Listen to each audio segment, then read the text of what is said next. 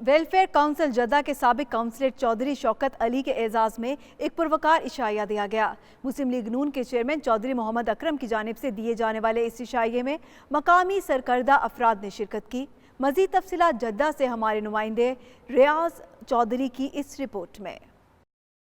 سابق welfare counsellor Jeddah Chaudhry Shaukat Ali کے اعزاز میں عشائیے کا اہتمام کیا گیا، جس میں پاکستانی کمیونٹی کی بڑی تعداد شریک ہوئی۔ تقریب سے خطاب میں چودھری شوکت نے جدہ میں مقیم پاکستانیوں کے پیار اور خلوص کے لیے ان کا شکریہ ادا کیا۔ ان کا کہنا تھا کہ جدہ میں مقیم پاکستانیوں کا خلوص ان کی زندگی کا عظیم سرمایہ ہے، جسے وہ ہمیشہ یاد رکھیں گے۔ تقریب میں چودھری اکرم، چودھری ریاض گھمن، ملک محی الدین، چودھری شہباز حسین، مرزا گلنار، ارسلان ہاشمی، ملک منظور، ڈاکٹر امجد عبید، چودھری فاروق انجم، مسعود احمد پوری اور چودھری عنایت جاڑا نے انہیں عمرہ کی ادائیگی پر مبارکباد بھی پیش کی اور ان کی خدمات کو سراہا۔ کیمرہ ٹیم کے ساتھ ریاض چودھری، 92 نیوز، جدہ۔